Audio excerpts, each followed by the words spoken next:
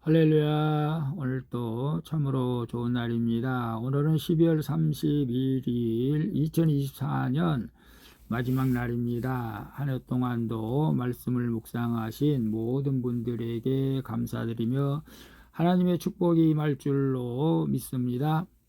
오늘 마지막 날 함께 묵상해 보도록 하겠습니다. 오늘은 말라기 4장 1절에서 6절 말씀을 통해서 마음을 돌이키리라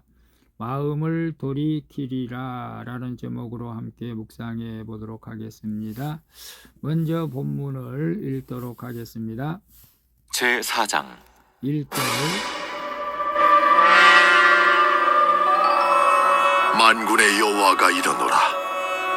보라, 용왕로 불같은 날이 이르리니 교만한 자와 악을 행하는 자는 다 지푸라기가 될 것이라. 그 이르는 날에 그들을 살라 그 뿌리와 가지를 남기지 아니할 것이로되 내 이름을 경외하는 너희에게는 공의로운 해가 떠올라서 치료하는 광선을 비추리니 너희가 나가서 외양간에서 나온 송아지같이 뛰리라. 또 너희가 악인을 밟을 것이니 그들이 내가 정한 날에 너희 발바닥 밑에 재와 같으리라. 만군의 여호와의 말이니라.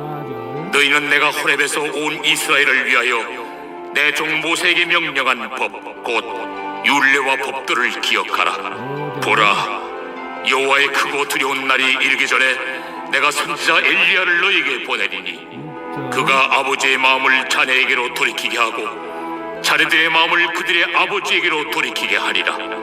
돌이키지 아니하면 두렵건대 내가 와서 저주로 그 땅을 칠까 하노라.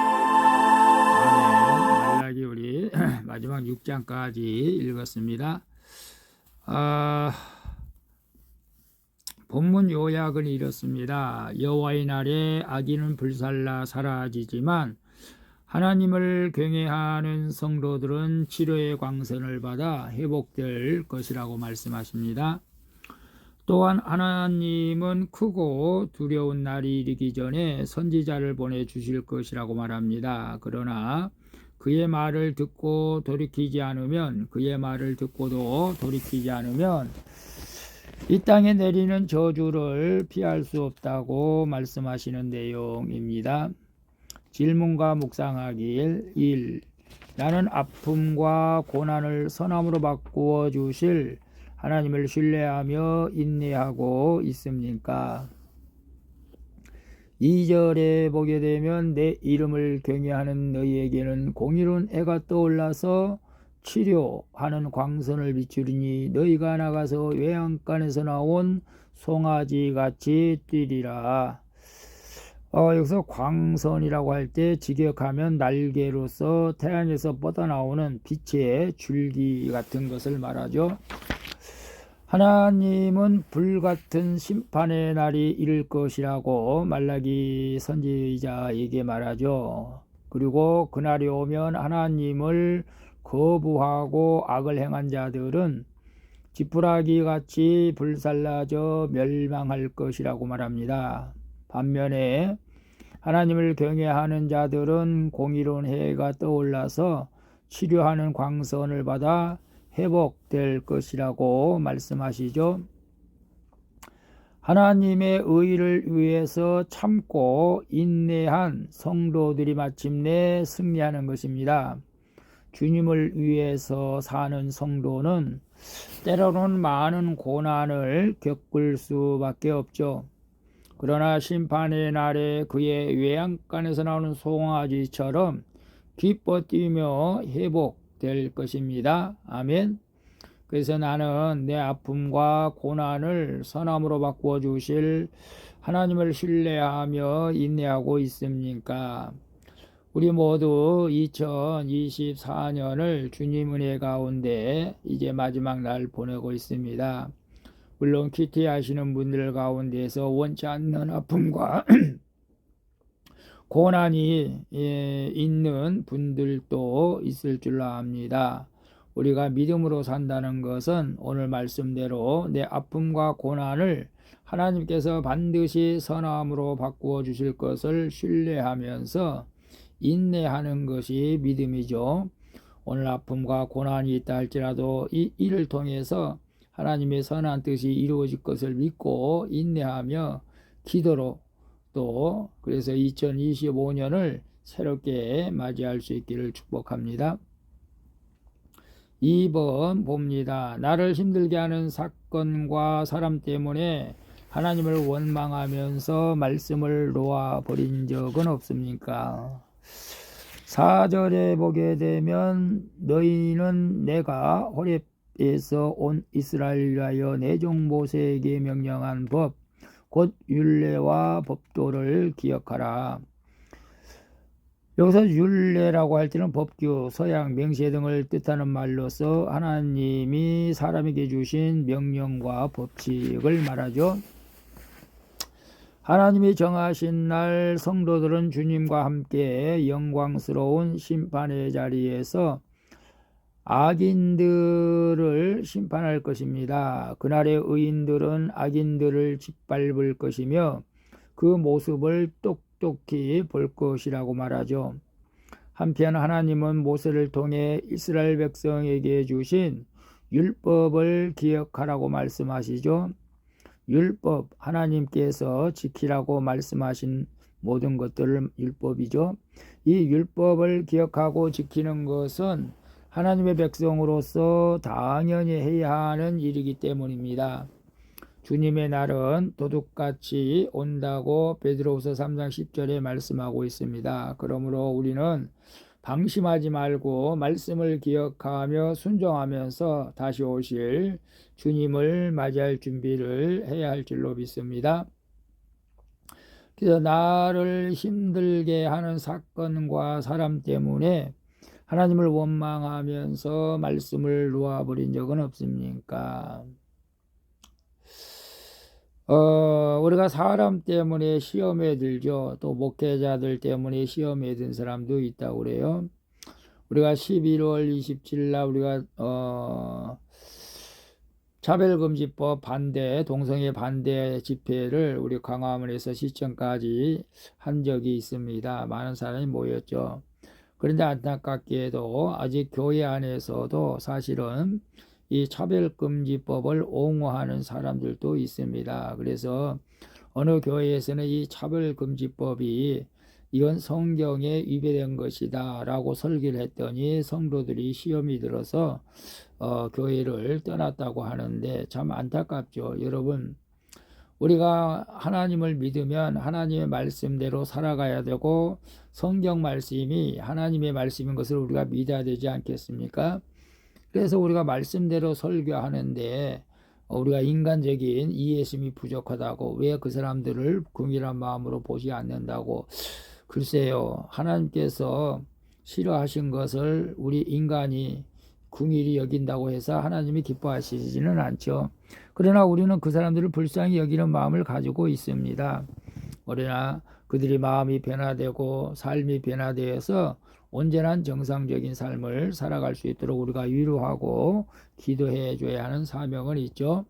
우리가 나를 힘들게 하는 여러 가지 사건과 사람 때문이 있다 할지라도 우리가 하나님을 원망하는 것은 지극히 어리석은 행동입니다. 우리 사람이 나를 힘들게 하는 사건, 사람 때문에 있다 할지라도 우리가 눈물을 흘리면서 기도할 때 하나님께서 피할 길을 열어주시고 위로해 주실 줄로 믿습니다. 3번 봅니다. 나는 늘 회개하며 살아갑니까? 오늘은 지은 죄가 없다. 오늘은 지은 죄가 없어. 오늘은 지은 죄가 없어 라고 회피하지는 않습니까? 6절에 보게 되면 그의 아버지의 마음을 자녀에게로 돌이키게 하고 자녀들의 마음은 그들의 아버지에게로 돌이키게 하리라. 돌이키지 아니하면 두렵건대 내가 와서 저주로 그 땅을 칠까 하노라 하시니라. 하나님은 크고 두려운 여호와의 날이 이르기 전에 엘리야 같은 선지자를 보내겠다고 말씀하시죠.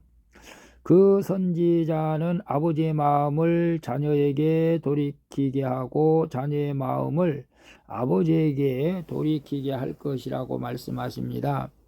그가 바로 세례 요한이었죠. 세례 요한은 예수님이 오시기 전 백성에게 죄를 회개하라고 촉구하며 백성들의 마음을 준비시켰습니다. 따라서 회개하라는 말씀을 들은 우리는 거룩을 쫓아야 합니다. 회개하고 거룩을 쫓아야 되겠죠. 돌이키지 않으면 이 땅에 임할 하나님의 저주를 그 누구도 피할 수가 없기 때문에 그렇습니다. 그래서 나는 늘 회개하며 살아갑니까? 오늘은 지은 죄가 없어 라고 회피하지는 않습니까? 우리가 로마서에 보게 되면 의인은 없나니 한 명도 없다라고 말씀하시죠. 오직 죄가 없으신 분은 예수 그리스도밖에는 없습니다. 물론 선하게 살아갈 수가 있죠. 매일매일 우리가 죄를 짓지 않을 수도 있습니다. 그러나 내가 스스로 죄를 짓지 않았다고 말하는 것은 좀 교만한 마음이 아닐까요? 물론 우리가 이 세상에 살면서 죄를 범하지 않을 수도 있긴 있죠. 그러나 돌이켜 생각해 보면은 눈으로 범죄하고 마음으로 범죄하고 뭐 이런 것들이 너무너무 많지요. 사실은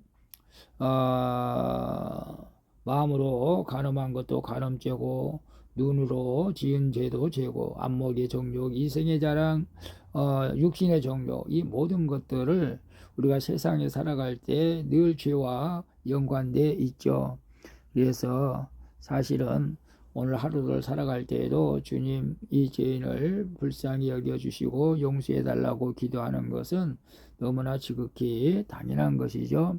오늘 우리가 깨끗하게 살아갈 수 없는 그런 죄인됨을 고백하면서 2024년을 주님과 함께 잘 마무리하고 우리 송구영신 예배 때 우리 모든 죄를 자복하고 2025년 새롭게 맞이해서 하나님의 뜻을 이루어갈 수 있기를 축복합니다. 기도하겠습니다. 주님, 2024년 한 해 동안 저희들을 지켜주신 것을 감사드립니다. 그리고 올 한 해 불살라질 악인의 형통을 부러워하면서 하나님을 원망하고 말씀을 놓아버렸던 것을 용서해 주시옵소서.